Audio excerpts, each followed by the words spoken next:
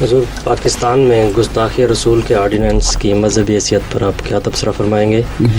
اس کی ضرورت کیوں پیش آئی اور کیوں جاری کیا گیا؟ جہاں تک بزرگ ہستیوں کے ہتک اور گستاخی کا تعلق ہے، یہ مسئلے بار بار عالم اسلام میں آج کل اٹھ رہے ہیں۔ اس سلسلے میں جہاں تک میں نے نظر دوڑائی ہے قرآن کریم پر، اس جستجو کے لیے کہ کہیں کسی کی گستاخی کی کوئی سزا دکھائی دے، تو مجھے کہیں کوئی ایسی سزا دکھائی نہیں دی جو انسانی ہاتھوں سے دینی مقرر فرمائی گئی ہو۔ ہاں، اللہ اپنے ہاتھ میں سزا کا معاملہ رکھتا ہے۔ سب سے پہلے تو یہ بات قابل غور ہے کہ جس اسلامی ملک میں لا الہ الا اللہ کے نام پر ایک تحریک، جس ملک میں یعنی ہندوستان میں لا الہ الا اللہ کے نام پر تحریک چلی اور اس کے نتیجے میں ایک ملک حاصل ہوا، وہاں سب سے زیادہ عزت اور وقار اللہ کی ذات کو ہونا چاہیے، اور یہ اگر تحریک نہ بھی ہوتی تو بہرحال ہر مذہب کی، ہر محبت کی بنیاد جو انسان سے رکھتا ہے اللہ ہی پر ہے۔ حضرت اقدس محمد رسول اللہ صلی اللہ علیہ وآلہ وسلم سے اگر محبت ہے تو اسی وجہ سے تو ہے کہ اللہ سے سب سے زیادہ پیار کرتے تھے اور اللہ آپ سے سب سے زیادہ پیار کرتا تھا۔ تو اللہ کی گستاخی کو کیسے بھولا جا سکتا ہے؟ اگر گستاخی کی سزا کا معاملہ زیر غور آئے تو سب سے پہلے اللہ کی گستاخی کا تصور ذہن میں آنا چاہیے۔ اس ضمن میں اللہ تعالیٰ قرآن کریم میں اس مضمون کو خود بیان فرماتا ہے۔ ایک جگہ فرمایا کہ وَلَا تَسُبُّوا الَّذِينَ يَدْعُونَ مِن دُونِ اللَّهِ وَلَا تَسُبُّوا الَّذِينَ يَدْعُونَ مِن دُونِ اللَّهِ فَيَسُبُّوا اللَّهَ عَدْوًا بِغَيْرِ عِلْمٍ كَذَلِكَ زَيَّنَّا لِكُلِّ أُمَّةٍ عَمَلَهُمْ ثُمَّ إِلَىٰ رَبِّهِمْ مَرْجِعُهُمْ فَيُنَبِّئُهُم بِمَا كَانُوا يَعْمَلُونَ، کہ اللہ کے وہ مصنوعی خدا جو لوگوں نے بنا رکھے ہیں ان کو بھی برا بھلا نہ کہو۔ اگر تم ایسا کرو گے اور وہ جواباً غصے میں خدا کو گالیاں دیں گے تو دیکھو تمہیں کیسا محسوس ہوگا۔ یہ اس میں مضمون میں داخل ہے اگرچہ لفظوں میں بیان نہیں ہوا۔ اور جب خدا کی گستاخی کا ذکر آیا تو ذہن میں آ سکتا ہے کہ اس وقت فوری طور پر اللہ تعالیٰ بتائے گا کہ اگر وہ خدا کو گالیاں دیں تو اس طرح ان کا قتل و غارت شروع کرو۔ فرماتا ہے وَكَذَلِكَ زَيَّنَّا لِكُلِّ أُمَّةٍ عَمَلَهُمْ، ہر امت کو اپنا عمل اچھا دکھائی دیتا ہے۔ قیامت کے دن یہ فیصلہ اللہ فرمائے گا کہ کس کا عمل اچھا تھا اور کس کا بد تھا، اور کسی سزا کا ذکر نہیں، یعنی انسانی ہاتھوں سے دیے جانے کا ذکر نہیں۔ پھر اسی مضمون کو یہود اور نصارہ کے حوالے سے پیش فرماتا ہے۔ عیسائیوں کا ذکر کرتے ہوئے فرماتا ہے کہ انہوں نے خدا کا بیٹا بنا لیا۔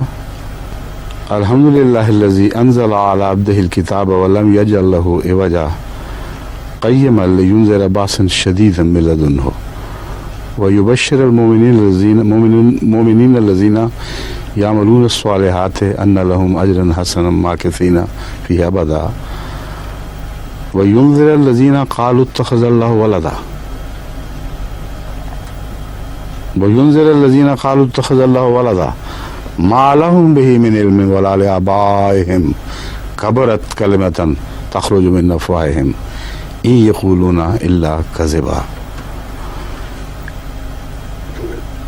اس دوسرے حصے کا تعلق اس مضمون سے ہے جو میں نے بیان کیا تھا کہ اس لیے خدا تعالیٰ نے اپنے بندے محمد رسول اللہ پر یہ کتاب اتاری ہے کہ مومنوں کو تو خوشخبری دے لیکن ان لوگوں کو ڈرائے جنہوں نے خدا کا بیٹا بنا رکھا ہے۔ ما لہم بہ من علم، ان کو کوئی علم نہیں۔ کبرت کلمۃ تخرج من افواہہم، جو اللہ کذب سوائے اس کے کہ جھوٹ بول رہے ہیں، ان کو کوئی علم نہیں ہے۔ کبرت کلمۃ تخرج من افواہہم، بہت ہی بڑی گستاخی کا کلمہ ہے، جو ان کے منہ سے نکلا ہے۔ اس بیان کے بعد اللہ تعالیٰ نے کسی سزا کا ذکر نہیں فرمایا۔ خدا کے خلاف اتنی بڑی جرت اور ایسی بڑی گستاخی کہ اللہ خود فرماتا ہے کبرت کلمۃ تخرج من افواہہم ان یقولون الا کذبا، کہ جھوٹ کے سوائے کچھ نہیں کہہ رہے، اور سزا کا کوئی ذکر نہیں۔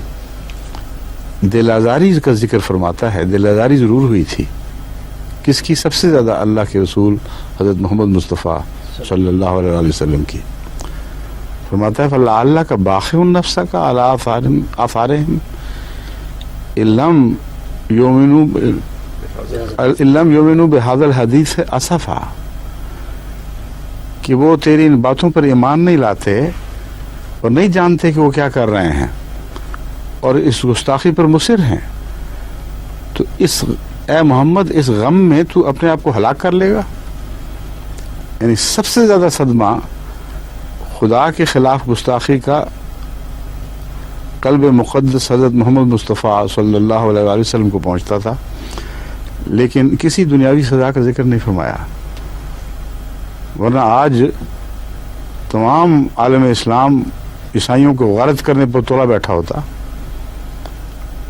ہر اسلامی ملک میں ہر عیسائی کو قتل کر دیا جاتا۔ پھر حضرت عیسیٰ ہی کے حوالے سے، جن کو ایک قوم نے خدا کا بیٹا بنا لیا اور ایک نے ان کی ایسی تحقیر اور تذلیل کی کہ ان کو عام عزت کا انسانی مقام دینے پر بھی آمادہ نہ ہوئے۔ قرآن کریم ان کا ذکر فرماتا ہے، ایک لمبی آیت میں سے یہ ٹکڑا آپ کو سناتا ہوں، وَقَوْلِهِمْ عَلَىٰ مَرْيَمَ بُهْتَانًا عَظِيمًا، کہ ان بدبختوں پر لعنت، جنہیں یہود پر لعنت ڈالی گئی، ان کی وجوہات میں سے ایک یہ وجہ تھی کہ انہوں نے پاک باز مریم پر، یعنی عیسیٰ علیہ السلام کی والدہ پر بہتان عظیم باندھا، اور حضرت عیسیٰ کو جہاں عیسائیوں نے انسان سے بڑھا کر خدا بنا دیا تھا، ان لوگوں نے عام انسانی درجہ بھی نہیں دیا، بلکہ اسے نعوذ باللہ من ذالک ایک ناجائز اولاد کے طور پر سمجھا اور اسی طرح دنیا کے سامنے پیش کرتے رہے۔ تو بہت بڑی گستاخی تھی، لیکن نہ ان کے لیے سزا مقدر، یعنی دنیا کے لحاظ سے جنہوں نے مرتبہ بڑھا کر خدا کے برابر کر دیا، نہ ان کے لیے جنہوں نے انسان سے بھی نیچے گرا دیا۔ تو دونوں گستاخیاں قرآن کریم نے درج فرمائیں، لیکن کسی انسانی سزا کا ذکر نہیں کیا۔ اسی بہتان کے سلسلے میں آئیے دیکھیے حضرت اقدس محمد مصطفیٰ صلی اللہ علیہ وسلم کی زوجہ مطہرہ حضرت عائشہ صدیقہ رضی اللہ تعالیٰ عنہا پر ایک بہتان باندھا گیا، اس کا بھی قرآن کریم نے ذکر فرمایا ہے، اور اس پر آخرت کے عذاب سے ان کو ڈرایا گیا ہے، لیکن وہی لوگ سوسائٹی میں پھرتے تھے، کسی کو کوئی بدلی سزا نہیں دی گئی۔ قرآن نے جو تعلیم دی ہے وہ اس کی تو ایسی عظیم ہے کہ دنیا کے پردے پر اس کی کوئی مثال دکھائی نہیں دے گی آپ کو۔ حضرت ابو بکر صدیق رضی اللہ تعالیٰ عنہ، جن کی بیٹی تھیں، وہ بعض غریبوں کو کچھ مدد دیا کرتے تھے، ان میں ایک بدبخت ایسا بھی تھا جو الزام لگانے والوں میں شریک تھا۔ اس واقعہ کے بعد انہوں نے مدد سے ہاتھ روک لیا تو قرآن میں آیت نازل ہوئی، اور حضرت محمد مصطفیٰ صلی اللہ علیہ وآلہ وسلم نے ان کو فرمایا کہ ایسا نہ کرو، ایک غریب کو اسی طرح مدد دیتے رہو، خواہ وہ کیسا ہی ظلم کمائے، مغفرت کا سلوک کرو، اللہ مغفرت کرنے والوں کو پسند فرماتا ہے، تم اپنی مغفرت بھی چاہتے ہو۔ اس مضمون کی آیت کی روشنی میں انہوں نے پھر اس کے نام اسی طرح وظیفہ جاری فرما دیا۔ یہ اسلام ہے جو ہم نے قرآن سے سیکھا ہے، وہ اسلام جو ان لوگوں کو نئی نئی تعلیمیں دیتا ہے، وہ کس پر اترا ہے؟ بتائیں تو صحیح۔ قل ہاتوا برہانکم ان کنتم صادقین، تم سچے ہو تو اپنی دلیل تو لاؤ، کس قرآن سے تم نے یہ نئی نئی تعلیمیں حاصل کی ہیں؟ حضرت محمد مصطفیٰ صلی اللہ علیہ وآلہ وسلم کی اب کے سے متعلق گستاخی کا قرآن میں ذکر موجود ہے، اور ایسی بڑی گستاخی، ایسی کھلی کھلی بے حیائی کے ساتھ گستاخی کی گئی کہ قرآن نے اس کو درج فرمایا، فرماتا ہے کہ یقولون لئن رجعنا الی المدینۃ لیخرجن الاعز منها الاذل وللہ العزۃ ولرسولہ والمؤمنین ولکن المنافقین لا یعلمون۔ سورہ المنافقون آیت 9۔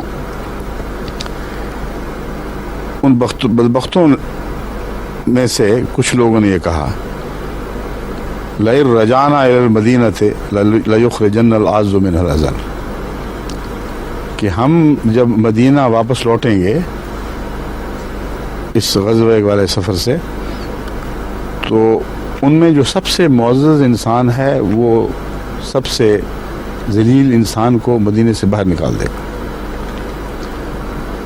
یہ واقعہ عبداللہ بن ابی بن سلول کا واقعہ ہے۔ اس بدبخت نے اپنے دوستوں کی مجلس میں ایسی بکواس کی تھی، اور مراد نعوذ باللہ من ذالک حضرت محمد مصطفیٰ صلی اللہ علیہ وسلم تھے کہ جب ہم مدینے پہنچیں گے تو ان کو میں باہر نکالوں گا۔ صحابہ اس آیت کو سن کر بہت طیش میں آئے۔ ظاہر بات ہے جیسی محبت محمد رسول اللہ صلی اللہ علیہ وسلم سے صحابہ کو تھی، ویسے آج کل کے علماء جو بھی مقام رکھتے ہوں ایسی محبت کا دعویٰ تو نہیں کر سکتے۔ بہت دل آزاری ہوئی، لیکن ایمان پختہ تھا، اپنا مرتبہ سمجھتے تھے، قرآن اور رسول کی اجازت کے بغیر کسی قسم کی کارروائی کو گوارا نہیں کرتے تھے۔ ایک کے بعد دوسرا حضور کی خدمت میں حاضر ہوا اور عرض کیا کہ یا رسول اللہ، اس بدبخت نے آپ کی ایسی گستاخی کی ہے کہ ہمارا خون کھول رہا ہے، اجازت فرمائیں کہ ہم اسے قتل کریں۔ لیکن ایک کے بعد دوسرے کو حضور اکرم صلی اللہ علیہ وسلم نے رد فرما دیا، فرمایا نہیں، کسی سزا کی اجازت نہیں دی، بجائے یہ کہ قتل کی اجازت دیتے، کوئی ادنا سی سزا بھی تجویز نہیں فرمائی۔ یہاں تک کہ عبداللہ بن ابی بن سلول کا اپنا بیٹا جو ایمان میں سچا اور پاک تھا، جو مخلص تھا، وہ حضور کی خدمت میں حاضر ہوا اور اس نے عرض کیا کہ یا رسول اللہ، میرے باپ نے بڑی گستاخی کی ہے، میں جانتا ہوں کہ آپ نے دوسروں کو اجازت نہیں دی، مگر میرے دل میں یہ خیال آیا کہ شاید میری خاطر ایسا نہ کیا ہو کہ مجھے اپنے باپ کی وجہ سے تکلیف نہ پہنچے، یا میرے ایمان کو کسی طرح اس وجہ سے ٹھوکر نہ لگے۔ یا رسول اللہ، مجھے اجازت دیں، میں حاضر ہوں اس بدبخت باپ کو قتل کرنے کے لیے جس نے آپ کی گستاخی کی ہے۔ حضرت محمد رسول اللہ صلی اللہ علیہ وسلم نے فرمایا نہیں، کوئی اجازت نہیں ہے۔ اسی طرح وہ حضور کے قافلے کے ساتھ واپس مدینے میں داخل ہوا، اور بعد کی زندگی میں جو اس کے ساتھ سلوک ہے وہ تو انسان دیکھے تو مذہب کے حسن خلق کے آسمان پر ایسا کوئی حسن آپ کو چمکتا ہوا دکھائی نہیں دے گا جیسے حضرت اقدس محمد مصطفیٰ صلی اللہ علیہ وسلم کا حسن کا آفتاب اس سلسلے میں اس موقع پر چمکا ہے۔ عبداللہ بن ابی بن سلول کچھ دیر کے بعد وفات پا گیا۔ اس کے مرنے کے بعد حضرت صلی اللہ علیہ وسلم نے یہ فیصلہ فرمایا کہ اس کی نماز جنازہ میں پڑھاؤں گا۔ حضور نماز جنازہ پڑھانے کے لیے روانہ ہوئے۔ صحابہ میں بے چینی پیدا ہوئی، وہ جانتے تھے کہ یہ کون شخص ہے، عمر بھر منافقتیں کرتا رہا اور حضور اکرم صلی اللہ علیہ وسلم کی شان میں ایسی گستاخی کی تھی۔ حضرت عمر ایک طرح سے راستہ روک کے کھڑے ہو گئے اور عرض کیا کہ یا رسول اللہ، آپ کو علم ہے کہ خدا نے ان لوگوں کے متعلق کیا فرمایا ہے؟ آپ نے فرمایا ہاں مجھے علم ہے، لیکن فیصلہ قائم۔ انہوں نے عرض کیا یا رسول اللہ، اللہ تو یہ بھی فرماتا ہے کہ اگر تو ان کے لیے 70 بار بھی بخشش طلب کرے گا تو پھر بھی خدا تعالیٰ ان کو نہیں بخشے گا۔ حضرت صلی اللہ علیہ وسلم نے فرمایا عمر، وہ راستہ چھوڑ دو، وہ مالک ہے اللہ. وہ اگر 70 دفعہ میرے بخشش طلب کرنے پر بخشش نہیں فرمائے گا تو میں 70 سے زیادہ بار اس کے لیے استغفار کروں گا. اس کے بعد پھر اللہ تعالیٰ نے واضح حکم کے طور پر آپ کو ارشاد فرمایا کہ آئندہ تجھے اجازت نہیں ہے کہ کسی کی قبر پہ کھڑا ہو، ایسے منافق کی قبر پہ کھڑا ہو اور اس کے لیے دعا کر. لیکن جب تک یہ واضح حکم نہیں آیا، خلق محمد مصطفیٰ صلی اللہ علیہ وسلم یہ تھا جو اس شان سے چمکا ہے کہ جیسے میں پہلے عرض کر چکا ہوں، مذہب کے آسمان پر تلاش کر کے دیکھ لیں، اس کے پاسنگ کو بھی کوئی اور خلق کا نمونہ نہیں پہنچے گا، پہنچتا ہوا دکھائی دے گا. بس یہ ہے قرآن کریم کی تعلیم، حضرت محمد مصطفیٰ صلی اللہ علیہ وسلم کا اسوہ. اور کسی جگہ بھی کہیں بھی اس حکم کے سوا کہ ان کے لیے ان کے قبر پر کھڑے ہو کے دعا نہیں کرنی، کوئی اور سزا تجویز نہیں ہوئی. حضرت صلی اللہ علیہ وآلہ وسلم کو ہر طرح سے دکھ دیے گئے. بڑی دل آزار باتیں اس مدینے کی سوسائٹی میں آپ پر کی جاتی تھیں. یہود ہی گستاخی نہیں کرتے تھے، مشرک جو کرتے تھے وہ تو کرتے ہی تھے، بلکہ یہود کے علاوہ جو مدینے میں بڑی بار بار دل آزار باتیں کیا کرتے تھے. بعض منافقین جیسا کہ عبداللہ بن ابی بن سلول ہے، وہ بھی ایسی باتیں کر کر کے حضور اکرم صلی اللہ علیہ وسلم کو بار بار تکلیف پہنچاتے تھے. ان میں سے ایک موقع پر حضرت صلی اللہ علیہ وسلم پر مالی خرد برد کا الزام لگایا گیا. محمد رسول اللہ پر، جنہوں نے دنیا کو اپنی پاؤں کی ٹھوکر پر لے کر دور پھینک دیا، دھتکار دیا، کوڑی کی بھی پرواہ نہیں کی. حضرت خدیجہ رضی اللہ تعالیٰ عنہ نے شادی کی پہلی رات تھی، اپنا جو کچھ تھا حضور کی خدمت میں پیش کر دیا، اور آپ نے صبح ہوتے ہی وہ سب دوسروں میں تقسیم فرما دیا، غریبوں میں اور غلاموں میں، اور کئیوں کو آزاد کروایا، کئیوں میں ویسے ہی دولت بانٹی. اور حضرت خدیجہ خدا کے فضل کے ساتھ بڑی متوول خاتون تھیں، سب روپیہ پانی کی طرح بہا دیا. آپ پر مالی خرد برد کا الزام، قرآن فرماتا ہے وَمِنْهُمْ مَنْ يَلْمِزُكَ فِي الصَّدَقَاتِ فَإِنْ أُوتُوا مِنْهَا رَضُوا وَإِنْ لَمْ يُؤْتَوْا مِنْهَا إِذَا هُمْ يَسْخَطُونَ.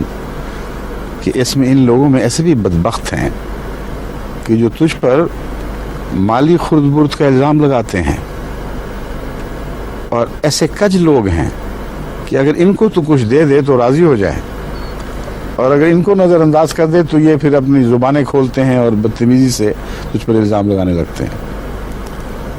مگر کسی بدنی سزا کا، کسی دنیاوی سزا کا کوئی ذکر نہیں ہے. بس یہ ہے وہ اسلام جو میں جانتا ہوں، اور یہ ہے وہ مذہب کی تاریخ جو قرآن پیش کر رہا ہے.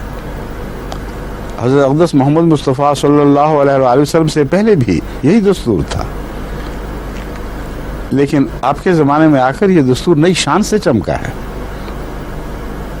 اس شان سے پہلے کبھی ایسے حسن خلق کا مظاہرہ نہیں ہوا جیسے کہ حضرت محمد رسول اللہ کے زمانے میں خود آپ کی ذات میں اس حسن خلق کا مظاہرہ ہوا ہے.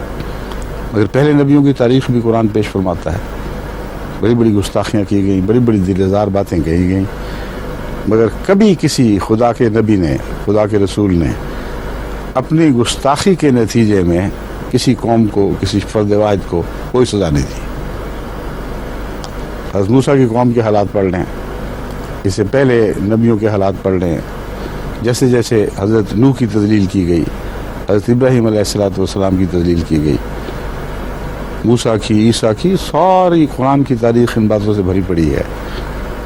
لیکن کہیں ایک واقعہ ساری قرآنی تاریخ میں آپ کو دکھائی نہیں دے گا، ایک واقعہ نہیں کہ کسی نبی نے اپنی گستاخی کی کوئی سزا مقرر کی ہو، یا اللہ کی گستاخی کی کوئی دنیاوی سزا مقرر کی ہو. یہ معاملہ سب اللہ پر چھوڑ دیا ہے. پھر انہوں نے یہ کہاں سے لیا؟ یہ سوال اٹھایا گیا ہے کہ آخر انہوں نے کہاں سے لیا ہے، اس یہ تعلیم حاصل کہاں سے کی ہے. سوچتے سوچتے مجھے سمجھ آئی کہ یہ بات بھی انہوں نے نبیوں کی تاریخ سے حاصل کی ہے، کیونکہ گستاخان رسول کی تو کوئی سزا نہیں تھی، لیکن عشاقان رسول کو ضرور قتل کیا جاتا تھا، اور یہ سزا تمام تاریخ انبیاء پر پھیلی پڑی ہے۔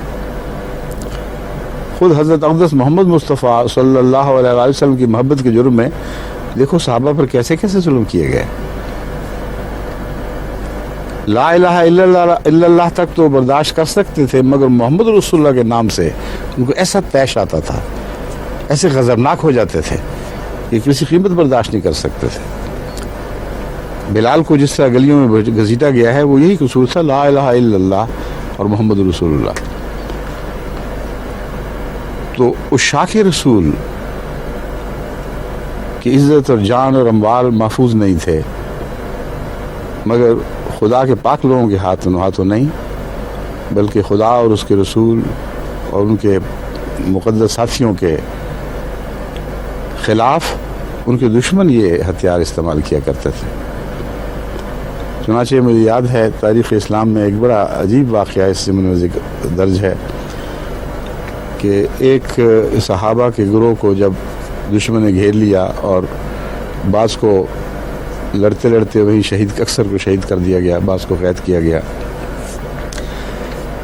ایک صحابی کو جب قید کے بعد قتل کرنے پر تیار ہوئے تو ایک شخص نے اس وقت اس سے پوچھا کہ اب بتاؤ، اب تم کیا یہ بات پسند نہیں کرو گے کہ تمہاری جان کی خاطر، تمہاری جان بچانے کے بدلے تمہاری جگہ تمہارا رسول محمد رسول اللہ ہوتا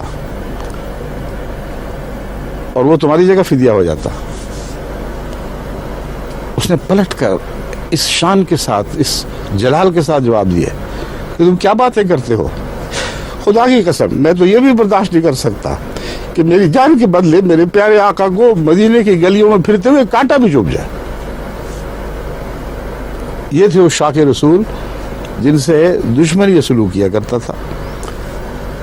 بس جو چاہیں کریں، لیکن حوالے تو درست کریں۔ دنیا کے سامنے اسلام کو کیوں بگاڑ کے پیش کرتے ہیں؟ اپنے نفس کے بغض اور کینے نکالنے ہیں اور اپنی دشمنی کے لیے قتل کے بہانے ڈھونڈنے ہیں، تو میرے آقا و مولا کی تاریخ سے تو آپ کو یہ بہانے نہیں ملیں گے، انبیاء کی تاریخ سے تو آپ کو یہ بہانے نہیں ملیں گے۔ ابو جہل کی تاریخ سے بے شک بہانے تلاش کیجئے، بہت مل جائیں گے۔ نمرود کی تاریخ سے آپ کو بہت بہانے مل جائیں گے، فرعون کی تاریخ سے آپ کو بہت بہانے مل جائیں گے، مگر نہ محمد صلی اللہ علیہ وآلہ وسلم کی تاریخ سے ملیں گے، نہ موسیٰ کی تاریخ سے، نہ ابراہیم کی تاریخ سے۔ بس جو کچھ انہوں نے ڈھونڈا ہے، مجھے علم ہے کہ کہاں سے ڈھونڈا ہے، سارا قرآن اس پر گواہ کھڑا ہے کہ کہاں سے انہوں نے یہ عذر تلاش کیے ہیں۔ لیکن میری التجا یہ ہے کہ خدا کے واسطے اللہ اور رسول کو بدنام نہ کرے، اسلام کی پاکیزہ اور عظیم تعلیم